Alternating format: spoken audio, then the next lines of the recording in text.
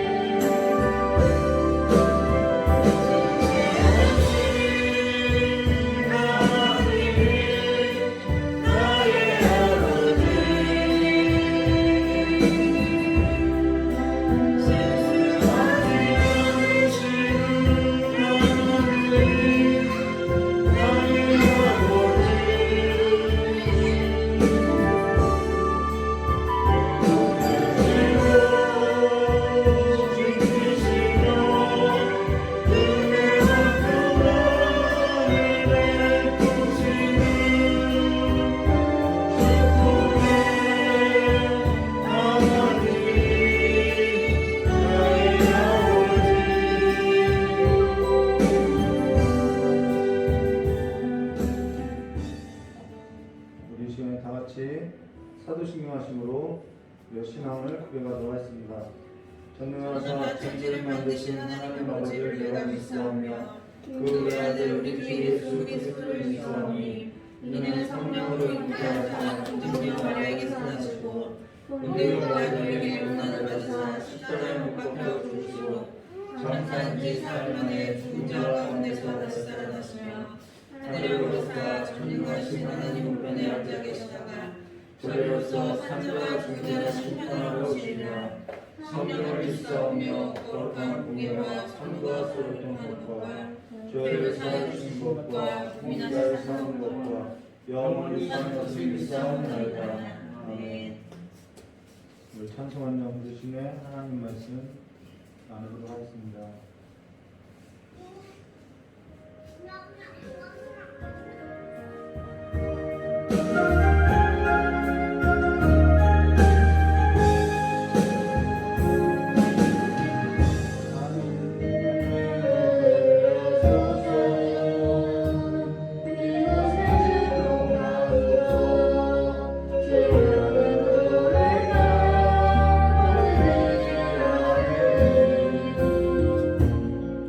하늘을 열고 보소서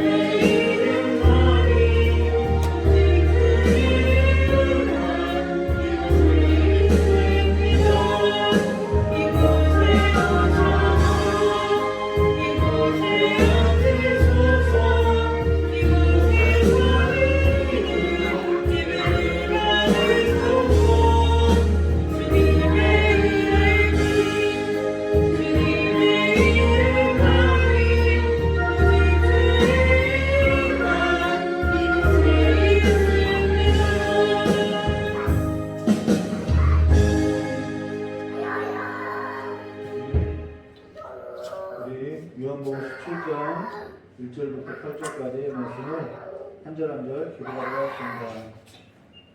조용히 해주세요. 요한복음 17장 1절부터 1절부터 5절까지만 우리 한 절 한 절 기도하도록 하겠습니다. 제가 먼저 기도하도록 하겠습니다. 예수께서 이 말씀을 하시고 눈을 들어 하늘을 우러러 이르시되 아버지여 때가 이르렀사오니 아들을 영화롭게 하사 아들로 아버지를 영화롭게 하게 하옵소서. 주께서 아들에게 주신 모든 사람에게 영생을 주게 하시려고 만민이 다스리는 권세를 아들에게 주셨습니다. 영생은 곧 유일하신 참 하나님과 그가 보내신 예수 그리스도를 아는 것입니다. 아버지께서 내게 하라고 주신 일을 내가 이루어 아버지를 이 세상에서 영화롭게 하였사오니 함께 하겠습니다. 아버지여 창세전에 내가 아버지와 함께 가졌던 영화로서 지금도 아버지와 함께 나를 영화롭게 하옵소서. 아멘. 우리 잠깐 기도하고 하나님 말씀 보도록 참 좋으신 하나님 아버지, 오늘 주께서 그 마지막 순간 전에 십자가에 죽기 전에 기도하셨던 그 기도가 우리의 삶 가운데 들려졌고 우리의 삶 가운데 응하게 되었사오니 주님께서 우리를 위해서 중보하신 그 기도가 우리의 삶 가운데 성취되어서 날마다 그리스도 예수 안에서 아버지를 영화롭게 하고 살아가는 삶이 될 수 있도록 복된 삶이 될 수 있도록 주님께서 복을 허락하여 주시길 간절히 원하며 귀하신 예수님의 이름으로 축복하며 기도드리옵나이다. 오늘 요한복음 17장 1절부터요 8절 저희가 5절까지만 보았는데요. 요한복음 17장 전부를 오늘 하도록 하겠습니다. 오늘 요한복음 17장 1절부터요 5절의 말씀으로 하나님을 영화롭게 하라라는 제목으로 우리 함께 하나님 말씀 보도록 하겠습니다. 지금까지 설교를 하면서 가장 힘든 설교가 아닐까라는 생각이 드는데요. 요한복음 17장 1절부터 26절은 예수님께서 친히 기도하신 것으로 사실 이 부분을 건너뛸까 생각했다는 것입니다. 그거는 솔직하게 예수님께서 기도한 것에 있어서 이것은 이렇다 저것은 저렇다라고 설교하는 것이 예수님께서 기도하신 그 본래의 뜻을 훼손하는 것이 아닐까라는 그 부담감 때문에 그냥 이 부분은 그냥 남겨둘까라는 생각을 하게 됐다는 것입니다. 그만큼 이 부분이 저에게 있어서는 큰 부담으로 왔다는 것이죠. 설교로 때로는 설교를 할 때 그 설교가 성경이 말하고자 하는 그 본래의 뜻을 훼손하는 것은 아닐까, 성도가 그리스도께로 나가는 길에 있어서 걸림이 되는 것은 아닐까, 그로 인해서 늘 성령의 도움을 구하게 된다는 것입니다. 성경은 본래 그 저자이신 성령의 도움이 없이는 제대로 전달할 수 없고요. 또 성령의 도움이 없이는 읽는 자나 전하는 자나 듣는 자가 모두가 다 복되다고 할 수 없다라는 것이죠. 그래서 모든 과정마다 우리는 성령 하나님의 도우심을 구해야 한다는 것입니다. 그래서 참으로 그 계시록의 말씀에도 읽는 자나 듣는 자나 복되다라는 말씀이 있는데요. 그런데 그 성령께서 우리에게 들을 길을 주시지 않으면은 우리는 들을 수 없고요, 또 볼 수도 없다라는 것이죠. 사실 기도 없이 뭔가 시작한다는 것은요 말이 안 된다는 것입니다. 기도 없이 마칠 수도 없다는 것이죠. 그러면 지금 성령께서 우리의 눈을 여사 우리가 주께서 뭘 기도했는지 우리가 함께 보도록 할 것인데요. 1절 말씀 보시면 이렇게 말씀하오죠. 예수께서 이 말씀을 하시고 눈을 들어 하늘을 우러러 이르시되 아버지여 때가 이르렀사오니 아들을 영화롭게 하사 아들로 아버지를 영화롭게 하게 하옵소서라고 기도하고 있다는 것입니다. 자, 그러면요 요한복음 17장 1절부터 26절은 예수님께서 기도하신 근데 중보 기도로 잘 알려져 있죠. 예수님께서 중보 기도 하신 것으로서 성도들에게 있어서 굉장히 사랑받고 있는 성령 구절이라는 것입니다. 저도 마찬가지고요. 근데 1절에 예수께서 이 말씀을 하시고라는 것은 우리가 앞서 보았던 그 내용들을 담고 있는데요. 요한복음 13장 1절부터 16장 33절의 말씀을 보시면은 그 전반적인 이야기가 뭐냐면요. 예수님께서 제자와 식사를 하고 또 제자의 발을 씻기고 제자들이 4가지 질문에 있어서 어디로 갑니까? 라는 그러한 질문에 있어서 답변을 하고 포도나무에 관한 비유를 하고 그가 보내실 성령에 관한 말씀을 하신 것으로 이 말씀을 하시고라고 그 모든 과정을 마치고 지금 기도하시고 있다는 것입니다. 그러고 그가 말씀을 시작할 때도 예수님은 기도하시고요. 말씀을 이렇게 마칠 때도 기도를 하시는데요. 그러고 그가 성령을 보내시기 전에 전제되는 것이 뭐였냐면요. 그가 성령을 보내실 것이다 라는 이 말씀을 하셨는데 성령을 보내시기 전에 전제했던 것이 뭐냐면은 그건 바로 그의 죽음을 전제하고 있다는 것이죠. 그가 아버지께로부터 와서 세상으로 왔고 세상을 떠나서 다시 아버지께로 간다라는 그 죽음을 전제하고 있다는 것입니다. 그러고 나서 이 말씀을 하시고 눈을 들어 하늘을 우러러 이르시되라고 하는 것은 마치 어떠한 행동을 보이고 있는데 이것은 예수님께서 이제는 뭔가 깊이 생각하고 결단했다라는 생각이 들게 되더라는 거예요. 뭔가 하늘의 뜻에 자신의 뜻을 이제는 결단된 것으로서 예수님의 어깨는 이제는 무거운 책임감이 있는 모습으로서 보여지고 비추어진다는 것이죠. 그리고 나서 첫 마디가 뭐냐면은 아버지여 라고 부르고 있다는 것입니다. 여기서 아버지를 찾고 있다는 것이죠. 기도는 다른 뭔가를 찾는 것이 아니라 아버지를 구하는 것이 바로 기도이죠. 근데 사실 예수님께서 아버지의 뜻을 이룰 때가 왔고 그의 몸을 이제는 포도주 틀에 짓밟히듯이 그의 몸이 이제는 일그러지면서 피와 그 물을 다 쏟아야 한다. 그 때가 왔다라는 것입니다.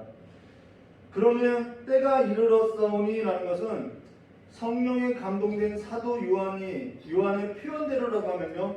이 때라고 하는 것과 무엇과 연결되냐면요. 영화하고 연결된다는 것이죠.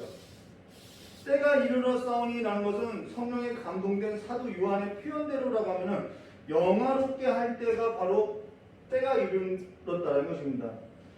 그러나 앞서 우리가 보았던 이 때가 이르렀사오니라는 것은 요한복음 2장 4절에 가나의 홀레에 있어서 포도주가 떨어져 예수의 어머니께서 예수에게 저들에게 포도주가 없다고 할 때 예수님께서 이르시되 여자야 나와 무슨 상관이 있나이까 내 때가 아직 이르지 아니하나이다 라고 한 그 때가 이제는 이르렀다라고 말하고 있다는 것이죠.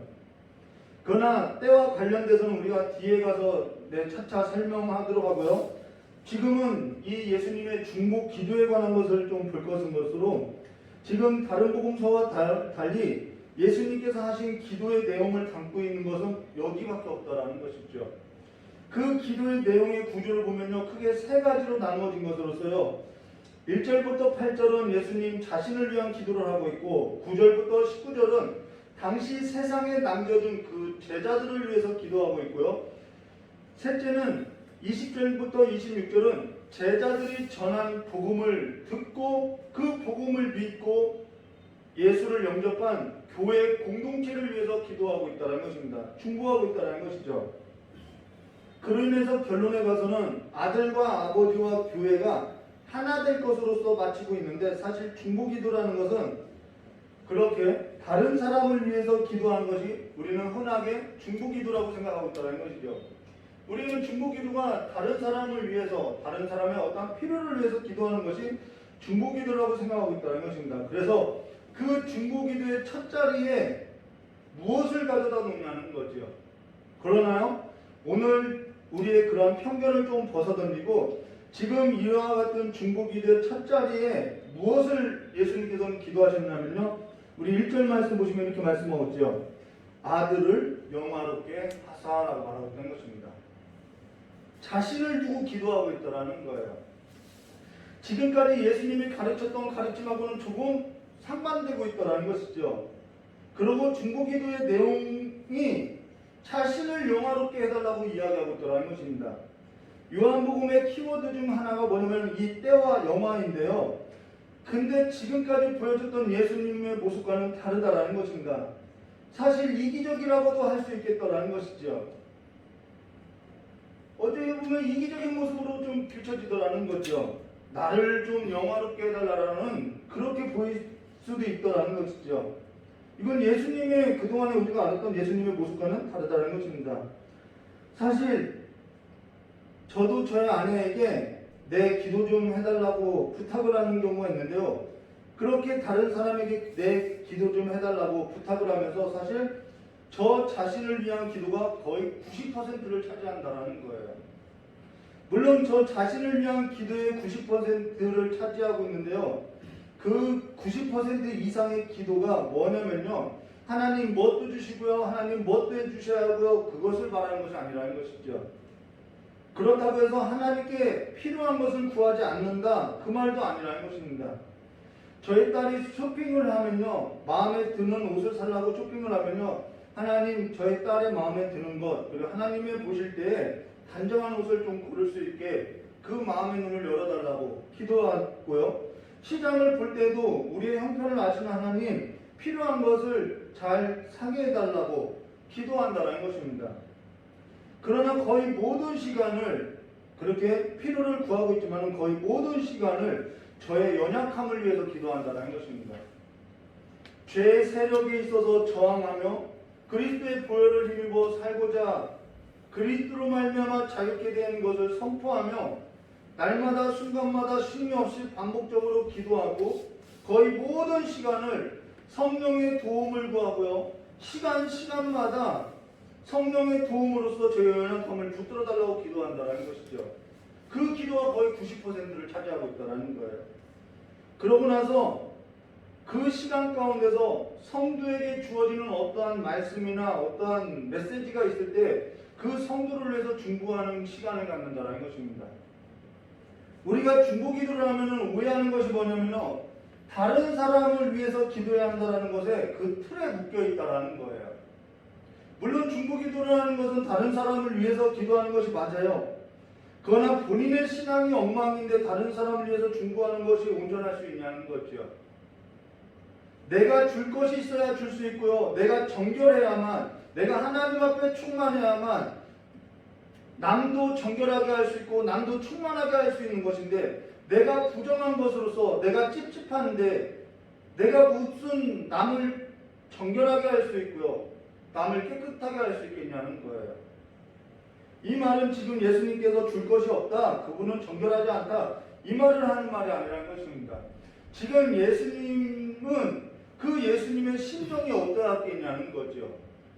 그 예수님의 심정은 지금은 너무나도 복잡한 심정 가운데 있다는 것입니다. 그래서 예수님께서는 겟세마네 이럴 때 마태복음 26장 37절과 40절의 말씀을 보시면은 제자들과 함께 겟세마네라는 곳에 이르렀을 때 제자들에게 이런 말씀하죠. 내가 저기 가서 기도할 동안에 너희는 여기 앉아 있으라. 내 마음이 매우 고민하여 죽게 되었으니 너희는 여기 머물러 나와 함께 깨어있으라 라고 하고 조금 나아가서 얼굴을 땅에 대시고 엎드려 기도할 때 내 아버지여 만일 할 만하시거든 이 잔을 내게서 지나가게 하옵소서. 그러나 나의 원대로 마옵시고 아버지 원대로 하옵소서라고 기도한 이 기도 전에 바로 이 기도가 나오고 있다는 것이죠. 예수님께서 하늘을 우러러서 아버지라고 부르는 내용은 바로 이러한 예수님의 깊은 이러한 정말 마음의 고민을 지금 내포하고 있다는 것입니다. 그로 인해서 예수님은 하나님을 부르고요. 아버지를 부르고 있음을 말해줬다는 거예요. 근데 40절 마태복음 26장 40절에 이렇게 말씀하죠. 제자들에게 오사 그 자는 것을 보시고 베드로에게 말씀하실 때 너희가 나와 함께 1시간도 이렇게 깨어 있을 수 없더냐라고 이야기하고 있다는 것입니다. 예수님께서는 제자들을 데리고 겟세마네 간 것은요 이번이 처음이 아니에요. 예수님은 겟세마네 곧 자주 습관을 따라서 기도하셨던 분이라는 것입니다. 근데 제자들을 데리고 겟세마네 간 것은 뭐하러 가셨냐면 기도하러 갔다라는 것이죠. 근데 제자들은 기도하지 않고 자고 있다라는 것입니다. 어찌되었던 예수님께서는요 십자가의 고난의 잔을 마시고자 결단하였고 눈을 들어 하늘을 우러러 보았을 때 때가 이르렀사오니 라고 한 것으로서 그 때라는 것은 그의 마음이 너무나도 괴롭고 힘들었음을 말해줬다는 것입니다. 전에 지금 이러한 말을 하는 이유가 있는데요. 전에 설교학 교수님이 저희들에게 이런 말씀을 한 적이 있어요. 쌀독에 쌀이 떨어지면은 쌀독에 바닥 굽는 소리밖에 나지 않는다라는 말을 한 적이 있는데요. 그러면서 저희들에게 너희들이 나중에 이제는 교회를 개척하든 부교육자로 이렇게 활동을 이렇게 사역을 하든 바닥 굽는 소리가 나지 않도록 늘 충만하라고, 늘 전할 말을 날마다 잊게 하라고 이야기한 적이 있다는 것입니다. 지금 무슨 말을 하고자 하냐면요, 기도로 충만해야 하고요, 성령으로 충만해야 하고요, 믿음으로 충만해야만 양식이 떨어지지 아니한 사람으로서 설 수 있고요, 양식을 나눠줄 수 있는 사람이 될 수 있음을 말해줬다는 것이죠. 사람은요, 양식이 없으면 양식을 구하러 다니는 것이 본능이라는 거예요. 뭐라고 할 것도 아니죠. 간주할 것도 아니죠. 그러나 내가 구하는 양식이 무엇이든지 우리는 좀 살펴보아야 한다는 것이죠. 누군가가 나에게 와서 양식을 구하든 내가 양식을 구하는 삶이든 그 양식이 무엇인지에 관해서 우리는 살펴보아야 한다는 것입니다. 그러나 사람은 양식이 없으면 양식을 구하러 다니는 것이 양들의 습성이라는 것입니다. 근데요, 양식이 없으면요, 사람들이 그에게 가지 않는 것은 세상에서도 살아가는 이치라는 것입니다. 열왕기상 11장, 신앙에서도 마찬가지죠. 열왕기상 11장 26절과 40절의 말씀을 보면은 솔로몬이 여로보암의 부지런함을 보고 그를 요셉 족속의 일에 감독하는 자로 세웠다는 것입니다. 근데 그쯤에 여로보암이 예루살렘으로 나갈 때 실로 사람 선지자 아이야가 길에서 그를 만나 자기 그 선지자가 옷을 찢고요, 새 옷을 찢어서 12조각으로 찢어서 그에게 10조각을 주면서 뭐라고 했냐면 너가 10지파를 다스리게 될 것이라고 예언했다는 것이죠. 근데 이때 이 예언을 들었던 것은 예언을 한 선지자하고 예언을 듣고 기름 부음을 받은 여로보암 딱 두 사람밖에 없었다는 것입니다. 근데요, 열왕기상 11장 40절에 이런 말씀이 있죠. 이러므로 솔로몬이 여로보암을 죽이려 하매 여로보암이 일어나 애굽으로 도망하여 애굽 왕 시삭에게 이르러 솔로몬이 죽기까지 애굽에 있으니라라고 이야기했다는 것입니다. 누가 솔로몬에게 말을 해줬느냐? 아니라는 것입니다. 두 사람밖에 없었다라는 거예요. 그러면 솔로몬이 여로보암을 왜 죽이려고 했느냐? 그는 어떻게 알았느냐는 거예요. 그것은요, 여로보암이 선지자 아이야에게 길에서 만나서 예언의 말씀을 듣고 기름 부음을 받고 났을 때 당연히 백성들의 마음은 누구에게로 갔냐면은 사울에게서 다윗에게 갔듯이 솔로몬에게서 여로보암에게서 간 것을 솔로몬이 알았기 때문에 왜 없겠어요? 그런 눈치가 있죠. 백성들의 마음이 이제는 솔로몬이 아니라 여로보암에게 간 것을 알기 때문에 여로보암이 시기가 나서 여로보암을 시기하였기 때문에 여로보암을 죽이려고 했다는 것입니다. 이것은 너무나도 신앙에 잘 나타나는 패턴이라는 것이죠. 근데 이런 일에 있어서 시기하는 것은요, 내가 사는 힘이 무엇인지, 내가 무엇으로 충만하고 있는지 증거가 되는 것으로서요, 백성의 마음이 돌아선 것은 백성의 탓이 아니다라는 거예요. 본인의 신앙이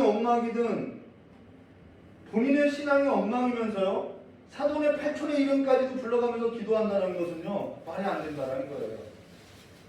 지금 미국 대통령이 코로나에 걸린 것까지 기도하는 사람이 있다고 하고 그러한 모임도 있다고 하는데요. 물론 본인의 신앙이 정말 성령으로 충만해서 기도로 충만해서 그 기도의 지경이 거기까지 미쳤다고 하면은 뭐 할 말은 없겠으나 본인의 신앙이 엉망이면서 괜한 중보 기도를 하면서 기도 모임을 하는 곳이 너무나도 많이 있더라는 거예요. 여기저기 산단과 같이 우후죽순처럼 이상한 중보 기도 모임들이 있더라는 것이죠. 하나님과 관계없이 너무나도 자의적으로 해석하는 중보 기도 모임으로서 엉뚱한 말을 하고 다니면서 본인의 신앙을 위한 충분한 시간도 없이 하나님과의 교제의 시간도 없이 하나님과의 관계 없이 기도 모임을 하고 있더라는 것이죠. 제일 우선적인 것이 뭐냐면은 예수님도 가장 우선적인 것으로서 생각했던 것이 뭐냐면 하나님과 나와의 관계, 그 기도를 가장 우선의 자리에 두었다는 것이죠. 중보 기도는 그냥 남을 위해서 기도하는 문제가 아니라는 것입니다. 하나님과 나와의 관계 안에서의 시간이 있어야 한다는 거예요. 여기서 때가 이르렀사오니 라는 것은 앞서서 언급했듯이 예수 그리스도의 죽음을 두고 한 말이라는 것인데요. 근데 여기에 쓰인 동사는 완료형이라는 것입니다. 근데 예수님은 아직 죽지 않았지요. 근데 예수님은 자신이 죽었다라고, 내가 죽었다라고 이야기하고 있다라는 거예요. 여기서 때가 이르렀사오니라는 말은 내가 죽었사오니, 내가 죽었습니다라는 것이죠. 물론 예수님께서 자신의 그러한 이제는 십자가에서 아버지의 뜻을 따라서 죽으려는 그 결단의 의지로서 내가 죽었다라고 말할 수 있지만요. 근데 사실 그러한 말이 아니라는 것입니다. 전에도 이런 말을 언급한 적이 있는데요. 창조의 사역보다, 여러분, 하나님께서 이 세상을 창조하셨죠. 그리고 그 창조의 역사는 이제는 끝이 있는 종말을 향해서 가고 있죠. 이 창조의 역사보다 무엇이 앞서냐면요, 구원의 역사가 앞서다라는 거죠. 구속의 사역이 앞서 있다는 것입니다. 창조 사역보다 구속과 종말이 이미 앞선 것으로서요, 구속받지 못하면 그 사람은 이미 심판받은 것으로서 종말된 거죠. 끝난 거죠. 하나님은 이 구원은 사람의 계획이 아니라 하나님께서 창세전에 이미 계획하신 거라는 거예요. 그렇기 때문에 이 구속의 사역은 하나님께서 창조하신 이 사역 가운데 펼쳐 보이시는, 시간 가운데 펼쳐 보이시는 사역이라는 것입니다. 그러나 그렇기 때문에 구속 사역은 창조 사역 안에서 하나님께서 이미 완성해 놓은 이 계획을 파노라마 형식으로서 나타내 보이는 것으로서 시간과 공간 안에서 그냥 나타내 보여주는 거라는 거예요. 그리고 우리는 이 창조된 이 세상 가운데서, 시간과 공간 가운데서 하나님의 구원이 나에게 미쳤을 때 우리는 내가 하나님으로부터 창세전에 택감을 받아서 구원을 받았구나라는 것을 믿음으로 고백한다는 것이죠. 그래서 하나님의 구원의 완성은요, 창세전의 사건이라는 것입니다. 이미 하나님 안에서는 구속과 종말이 완성되었다라는 거예요. 그런데 다만 이 창조 안에서 그것을 우리에게 가져다 주고 있다는 것이죠. 믿음으로써, 선물로써 주고 있다는 것입니다. 시간이라는 것은 사실 하나님의 입장에서는 필요 없는 것이죠. 사람의 입장에서 필요하다는 것입니다. 사람을 이해시키기 위해서 필요하다는 거예요. 그래서 계시록 5장 9절과 10절에 그들이 새 노래를 불러 이르되 두루마기를 가지사 그 인봉을 때에게 합당하시더라. 일찍이 죽임을 당하사 각 족속과 방언과 백성과 나라 가운데 사람들의 피로 사서 하나님께 드리시고 이미 다 완료의 힘을 쓰고 있다는 것입니다. 그들로 우리 하나님 앞에서 나라와 제사장을 삼으셨으니 그들이 땅에서 왕으로 다리로다 하더라라는 것으로서 일찍 죽임을 당하사라고 말하고 있다는 것이죠. 성경은 완료형으로 되어 있다는 거예요. 될 것이다가 아니라는 것이죠. 하나님의 계획 가운데는 이미 다 이것이 완성된 사건이라는 것입니다. 그로 인해서 그리스도의 구속의 피로 말미암아 구원받은 자는 하나님께서 나를 창세전에 구원하시고 나를 데려가서 구원하신 것으로서 우리는 성령으로서, 성령도 이미 약속된 거죠. 성령으로서 우리는 믿음의 고백을 하고 그 구원의 감격에 하나님을 찬양하게 되어 있다는 것입니다. 하나님께 영광을 돌리게 되어 있다는 것이죠. 그리고 또 성경 말씀 보실까요? 오늘 성경 말씀 4절과 5절 말씀해 보시면 아버지께서 내게 하라고 주신 일을 내가 이루어 아버지를 이 세상에서 영화롭게 하였사오니 아버지여 창세전에 내가 아버지와 함께 가졌던 영화로서 지금도 아버지와 함께 나를 영화롭게 하옵소서라는 말로서 나를 영화롭게 하옵소서라고 이야기했던 것입니다. 언제부터 있었냐면 창세전부터 있었다라는 거예요. 그러면은 이제는 영화롭게 하옵소서라는 것이 뭐냐면요, 우리가 알던 예수님의 모습과는 좀 다르죠. 예수님은 언제나 겸손하고 온유하셔서 자신의 영광을 받는 것과 찬송을 받는 것에 있어서 굳이 말리지는 않지만 본인이 나를 영광스럽게 하라고 이야기한 적은 없더라는 것이죠. 근데 지금 아버지께 영화롭게 하옵소서라고 이야기하고 있다는 것입니다. 그러면 여기서 말하는 영화라는 것이 흔히 우리가 생각하는 그런 세속적인 부귀영화일까? 아니라는 것이죠. 때가 이르렀사오니라는 것과 동의어로서요, 영화를 쓰고 있는데 때가 이르렀사오니라는 것은 무슨 때를 말하면 죽음을 말하고 있다는 것입니다. 바로 죽음이 영화라는 거예요. 십자가에서 고난의 잔을 마실 때를 말하는 것으로서 그 십자가에서 고난의 잔을 마실 때 내 뜻이 아닌 아버지 원대로 아버지의 뜻대로 잘 감당하는 삶이 잘 감당할 수 있게 해달라고 하는 것이 바로 영화롭게 해달라는 뜻이라는 것이죠. 나의 뜻을 이루는 것이 아니라 아버지의 뜻을 감당할 수 있도록 도와달라고 기도한다는 것입니다. 이것이 영화라는 거예요. 지금 예수님께서 고통스러운 것은 십자가에서 죽게 될 자기 육체의 고통이 아니라 우리는 뭐 가시만 찔려도 아프다라는 그런 비유를 말하는데요. 물론 그런 비유가 좋아요. 근데 예수님께서 십자가에서 죽게 될 그 육체의 고통보다 예수님께서 말하는 그 고통은요, 아버지와 단절되는 그 고통, 그 사망의 고통을 말하고 있다는 거예요. 아들은 아버지께로부터 버림을 받아야 하는데 그 버림받는 그 아버지께로부터 버림받아야 하는 그 단절의 고통을 겪어야 하는 것을 두려워하고 있다는 것입니다. 죽음보다 더 큰 고통이죠. 아버지와 단절되는 고통은요. 그러나 아들은 아버지께서 자신을 십자가에 버리셔야만 하는 아버지의 그 창세전의 그 구속의 계획을 알고 아버지의 뜻을 너무나도 잘 알고 있는 것으로서 아버지께서 왜 자신을 버려야 하느냐 하면은 아버지께서 자기 백성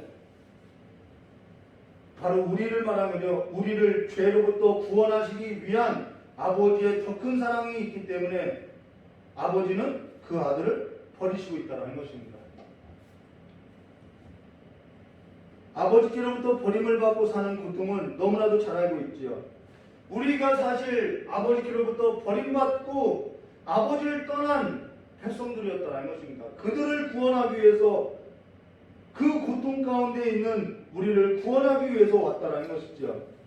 사실 예전에는요 이런 적이 있었어요. 저도 조금이나마 깨닫게 된 것인데요. 예전에 하나님께서 나를 버리신 것은 아닐까? 앞을 보아도 뒤를 보아도 보이지 않고 좌우를 쳐다보아도 안 계신 것 같고 하나님께서 항상 내 곁에 계신 것과 같았는데 내 곁에 이제는 안 계시는 것 같고 아버지를 불러도 대답없는 것 같이 그 시련의 시간들이 있더라는 거예요. 그때 그 시련의 고통보다 더 큰 고통은 내가 그 시련을 겪어서가 아픈 것이 아니라 그 시련의 고통보다 더 큰 고통은 하나님이 내 곁에 안 계셨는가? 나를 버리신 건 아닌가? 내가 무슨 죄를 지어서 내게 귀를 닫으신 건 아닌가? 술람미 여자가 그 솔로몬을 밤새 찾듯이 그 버림받았던 그 기분이 너무나도 고통스럽더라는 거예요. 그런데 그 영원히 사망 가운데 있는 그 영원한 그 무적행으로 들어가는 수월로 내려가는 그 고통은 얼마나 크겠냐는 거죠. 사실 그땐 물질이 소용없고요. 오락이 즐겁지 않고요. 그분만이 내 사랑이라는 것을 비로소 알게 될 때는요. 그분밖에는 찾지 않게 되더라는 거예요. 그런데 그 전까지는 그것을 모르고 살았다라는 것이죠. 물질이 없는 삶은 고통이 아니라요. 그냥 불편한 것이고요. 즐거움이 없는 삶은 기쁨이 없는 것이 아니라 그냥 덜 웃고 사는 것이지 예수가 없는 삶이 기쁨이 없는 것이고 소망이 없는 것이고 모든 것을 다 잃은 삶이더라는 거예요. 그와 같은 고통을 지금 이야기하고 있다는 것입니다. 육체의 고통을 말하는 것이 아니라는 거예요. 그러면 여기서 아들을 영화롭게 하사라고 한 후에 1절 말씀에 이런 말씀하고 있죠. 아들로 아버지를 영화롭게 하옵소서라고 한 것으로서 아들로 아버지를 영화롭게 하옵소서라고 말하고 있는 것입니다. 근데 아들이 죽는데 어떤 아버지가 그걸 가지고 영화롭게 하냐는 거죠. 아들이 죽는데 아들이 죽는 것으로서 아버지를 영화롭게 하옵소서? 이게 말이 안 된다는 것이죠. 근데 지금 이 말도 안 되는 일을 하나님과 그의 아들이신 예수님은 이것을 지금 행하시고 있다는 것이죠. 왜 이것을 하고 있냐면요. 그것은 단 한 가지라는 것입니다. 저와 여러분을 사랑하시기 때문에 하고 있다는 거예요.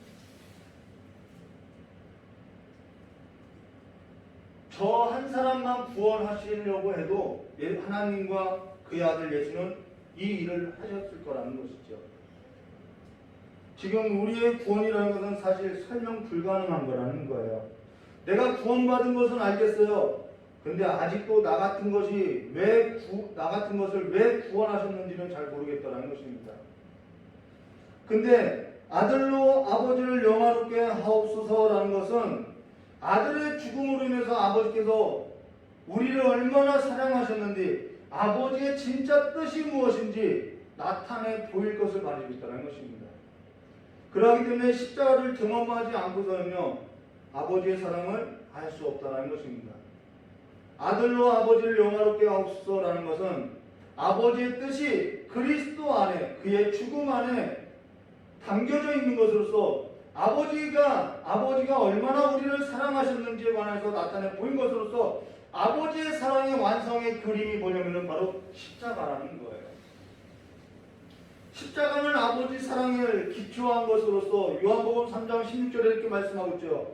하나님이 세상을 이처럼 사랑하사 독생자를 주셨으니 이는 그를 믿는 자마다 멸망하지 않고 영생을 얻게 하려 하심이라 라고 말한 것으로서 오늘 영생이라는 것은 3절에 이렇게 말씀하고 있죠. 영생은 곧 유일하신 참 하나님과 그가 보내신 자 예수 그리스도를 아는 것이니라 라고 아는 거라고 말하고 있다는 것입니다. 근데 이 영생에 있어서 영생은 곧 유일하신 참 하나님과 그가 보내신 자 예수 그리스도를 아는 것이 영생이라고 하는데, 여기서 안다라는 말은요, 지속적으로 알아간다라는 말이라는 거예요.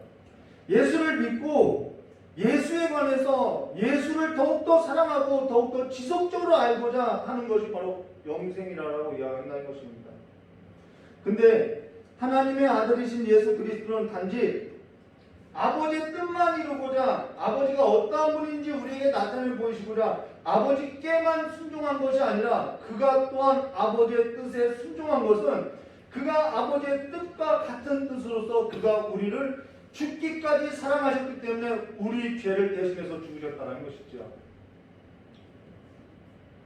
그로 인해서 요한복음 10장 11절과 12절에 나는 선한 목자라, 선한 목자는 양들을 위하여 목숨을 버리거니와 삭구는 목자가 아니요 양도 재앙이 아니라 이리가 오는 것을 보면 양을 버리고 달아나나니 이리가 양을 물고 가고 또 해치느니라 라는 말로써 예수님은 선한 목자로서 양들을 위해서 목숨을 버렸다는 것입니다. 아버지는 우리를 사랑해서 그 아들을 통하여서 대신 우리를 죄를 대신 짊어지게 하셨고, 그 아들은 그냥 단지 아버지의 뜻을 행하고자 한 것이 아니라 아버지의 뜻과 같은 뜻으로서 우리를 사랑하사 우리의 죄를 대신 짊어지고 죽으셨다라는 거예요. 왜 그렇게 하셨는지는, 왜 나 같은 자를 그렇게 구원하시기 위해서 그러한 일을 하셨는지는 납득되지는 않지만은, 다만 우리가 그 사랑 가운데서 구원을 얻었다는 것은 알겠다라는 것이죠. 아들과 아버지의 뜻이 무엇이냐면은 우리를 죽기까지 사랑한 것으로서 세상을 이처럼 사랑하사 독생자를 주셨으니 이는 그를 믿는 자마다 멸망치 않고 영생을 얻게 하려 하심이라 라는 것으로서 우리 죄를 대신하시고 우리를 구원하시고자 한 것으로서 아들이 죽을 때 아들이 죽을 때 하나님 아버지도 같은 뜻으로서 같이 죽으셨다는 것입니다. 하나님 아버지는 아무런 감정도 없을까요? 본인의 아들이 죽는데요. 그 아들이 죽을 때 같이 죽었다는 것입니다. 그러면 지금 예수님께서 자신 안에 있는 그 교회가 바로 저와 여러분이요, 아들과 아버지와 연합되어 있듯이 아들 안에서 아버지와 연합을 이루고자 하셨다는 것입니다. 우리는 본래 아버지와 단절된 것으로서 아버지를 떠나 있던 자들이 있죠. 근데 예수님께서는 아버지와 단절된 우리를 하나로 연합하고자 아들과 아버지가 연합했듯이 이제는 아들 안에서 아버지와 그의 백성을 연합시키고자 이 일을 행하셨다는 것입니다. 아버지와 단절된 교회를 다시 회복시키고자, 교회를 정결하게 하시고자, 교회를 새롭게 하시고자, 끊어졌던 관계를 아들 안에서 회복하고자 지금 하나님 아버지는 우리 가운데 임재하시고 그 영광을 보이시고 있다는 것이죠. 그래서 지금 우리는 그리스도 안에서, 그 아들 안에서 뭐가 됐냐면은 교회가 됐고, 그 교회는 하나님을 영화롭게 하는 것이 교회의 목적이라는 것입니다. 하나님의 임재가 있어야 하고 하나님의 영광이 있어야 한다는 것이죠. 하나님의 임재가 없고 하나님의 영광이 없으면 그것은 교회가 아니라 그냥 건물, 그냥 장막, 그냥 건물에 불과하다는 것입니다. 하나님의 임재가 없으면 아무리 화려해도 돌밖에 남는 것밖에는 되지 않는 것으로서 교회가 아니라고 이야기했던 것이죠. 하나님의 영광이 떠난 것은 더 이상 교회가 아니라고 이야기했죠.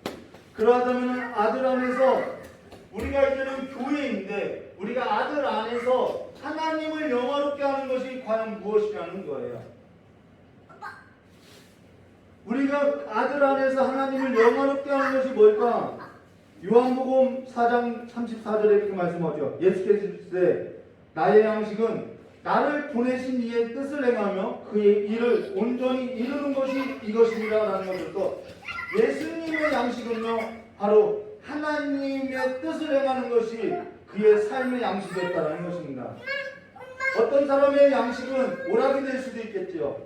어떤 사람은 그 사람의 양식은 바둑이 될 수 있죠. 바둑만 생각하면요 막 생기가 도는 사람들이 있죠.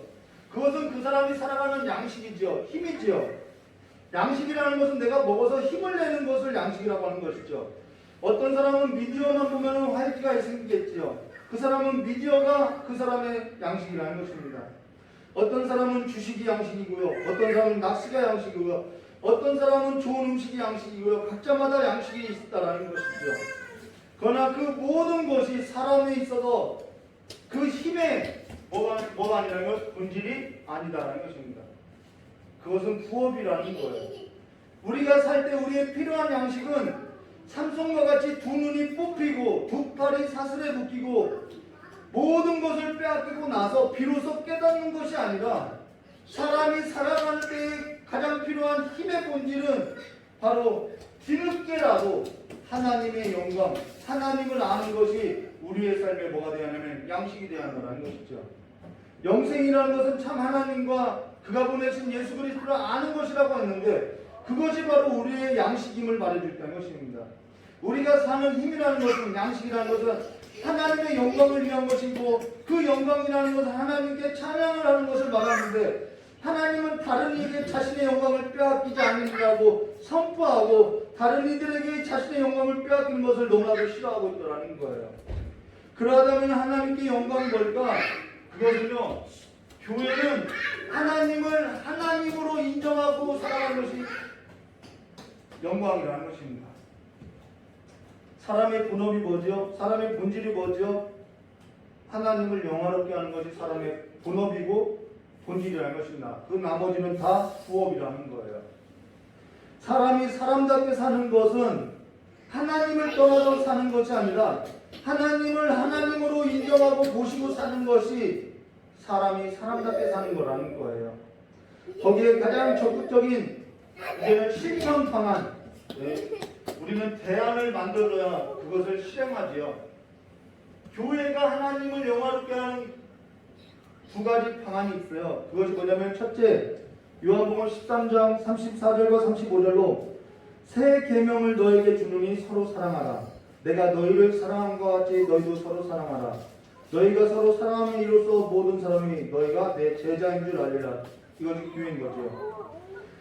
바로 이 성경의 권위를 인정하고 읽고 분별하는 것으로서 그로 인해서 그가 기뻐하시는 십자가의 삶의 방식으로 살아갈 때 하나님은 그 삶을 통해서 영광을 받으신다는 것입니다. 장사하는 사람은 저울을 속이지 말아야 하고요. 정치하는 사람은 뇌물을 받지 말아야 하고요. 하나님께 속한 사람은 하나님께 속한 자로서 살아가는 것으로서 사는 것이 바로 하나님께서 영광 받으시는 일이라는 것이죠. 그렇기 때문에 성경의 권위를 인정하지 않고 살아간다? 그거는 있을 수 없는 일이라는 것입니다. 새 계명을 버리고 살아간다? 그럼 있을 수 없는 일이라는 것입니다. 십자가로 우리에게 나타내신 그 능력과 지혜 가운데 사랑 가운데 행하는 것을 말하고 있다는 것이죠. 그러면 둘째, 이 교회가 하나님을 영화롭게 하는 것이 또 뭐가 있을까? 둘째는 이 요한복음 14장 13절과 14절에 이렇게 말씀하죠. 너희가 내 이름으로 무엇을 구하든지 내가 행하리라. 이는 아버지로 하여금 아들로 말미암아 영광을 받게 하시게 하려 함이라. 내 이름으로 무엇이든지 내게 구하면 내가 행하리라. 너희가 나를 사랑하면 나의 계명을 지키라. 여기서 또 이야기가 돼요. 계명에 관해서요. 기도는 하나님을 가장 영광롭게 하는 가장 적극적인 삶의 실천하는 모습이라는 것입니다. 사람이 끝에 가서 남는 것이 뭐냐? 기도하는 사람을 붙들더라는 거예요. 교회는 뭐냐? 하나님을 영화롭게 하는 곳인데 그 하나님을 영화롭게 하려면 어떻게 하냐? 성경의 말씀의 권위를 인정하고요. 그 하나님께 기도하는 것으로서 교회는 기도하는 곳이라는 거예요. 교회는 와서 커피만 치는 데가 아니라요. 교회는 기도하는 곳이라는 것입니다. 기도가 어떻게 해서 하나님을 영화롭게 하는 것이냐? 저희 딸이요 저에게 아빠 나 이번에 뭐 갖고 싶어. 아빠 나 이번에 뭐 사줘. 저희 아내가 엄마의 지갑은 너가 제일 무서워. 이렇게 농담으로 이야기하는데요. 저희 딸이 저에게 와서 뭐 사달라고 이야기하는 것은 제가 아빠라서 사달라고 하는 거겠죠. 저희 딸이 연휴가 되면 용돈을 받으면 좋아하는데요. 그렇다고 해서 저들을 향해서 용돈을 달라고 구하지는 않는다는 것입니다. 용돈을 주면 받지 그들에게 용돈을 달라고 구하지는 않는다는 거예요. 근데 왜 저에게는 그렇게 사달라고 하느냐? 아빠니까 그냥 대놓고 그냥 뭐 맡겨놓은 것도 없이 달라고 하는 것이죠. 기도라는 것은요 내용이 중요한 것이 아니라요 내용이 맞느냐 내용이 옳으냐 그거보다요 성령께서 내주하시고 나면은 예수를 구주로 영접하시고 나면은 이제는 우리는 그 아들 안에서 하나님을 아버지라고 부르게 되는 것으로서 하나님이 내 아빠라고 하면은 그에게 가장 적극적으로 나타나는 삶의 태도가 뭐냐면은 하나님을 영화롭게 하는 것이 뭐냐면은 아빠를 계속 찾는 일이라는 것입니다. 그것이 기도라는 것이죠. 기도라는 것은 하나님을 아버지로 인정하는 가장 적극적인 삶의 태도인 것으로서 교회가 마땅히 해야 할 일은 기도하는 것이 아닌 것입니다. 그래서 하나님을 아버지로 인정하고 가장 적극적인 삶으로 기도하는 사람일수록 누구와 관계가 좋냐면 아버지와 관계가 좋은 것으로서 아버지와 관계가 좋은 사람은 성령께서 잘못 구하는 것에 관해서는 바로 잡아주시고요. 성령께서는 성경의 이 말씀의 권위를 인정하게 하고 그 삶으로서 살아가게 하며 그 삶을 살아가지 못할 때는 그 모든 일에서도 성령의 도움을 구하게 하시고요. 그래서 모든 일의 시작과 끝이 기도가 되게 하고요.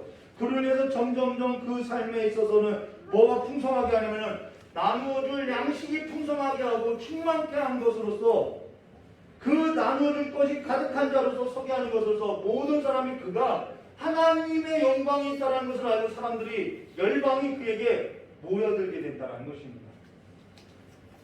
이것이 잘 사는 것이요.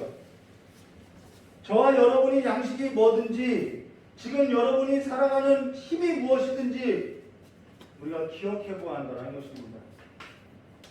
사람이 사람으로 사는 것은 하나님의 영광을 위한 것으로서 먹든지 마시든지 보든지 다 주를 위해서 살아가는 것으로서 하나님을 영화롭게 하는 삶의 자리를 지켜야 할 것을 말해주는 것입니다. 이것을 잊으면은 삼손과 같이 두 눈이 뽑히고 두 팔이 벌려지고 두 다리가 사망에 묶여지는 삶으로서 살아가는 게 되는 것으로서 이제는 저와 여러분이 정말 교회로서 하나님의 영광이 있는 자들로서 하나님을 영화롭게 하는 사람으로서 그 아들 안에서 이제는 기도의 자리가 중보 기도의 자리가 회복되어서 예수의 사람으로 거듭나시기를 주님의 이름으로 축원합니다. 같이 기도하도록 하겠습니다. 참 좋으신 하나님의 아버지,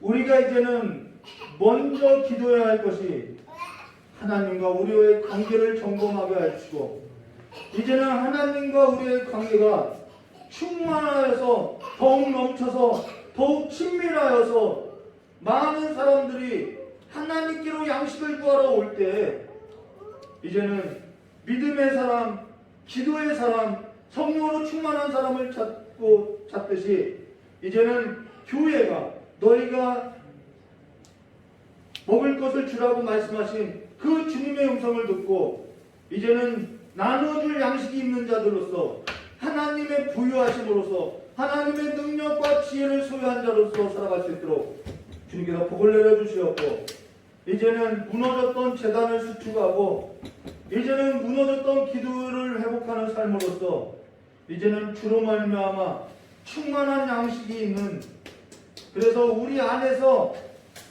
쌀뚝에 쌀이 떨어져서 바가지를 긁는 소리가 나지 않는 정말 충만한 삶이 될 수 있도록 주님께서 복을 내려주시길 간절히 원하며 기도하신 예수님의 이름으로 축복하며 기도드리옵나이다.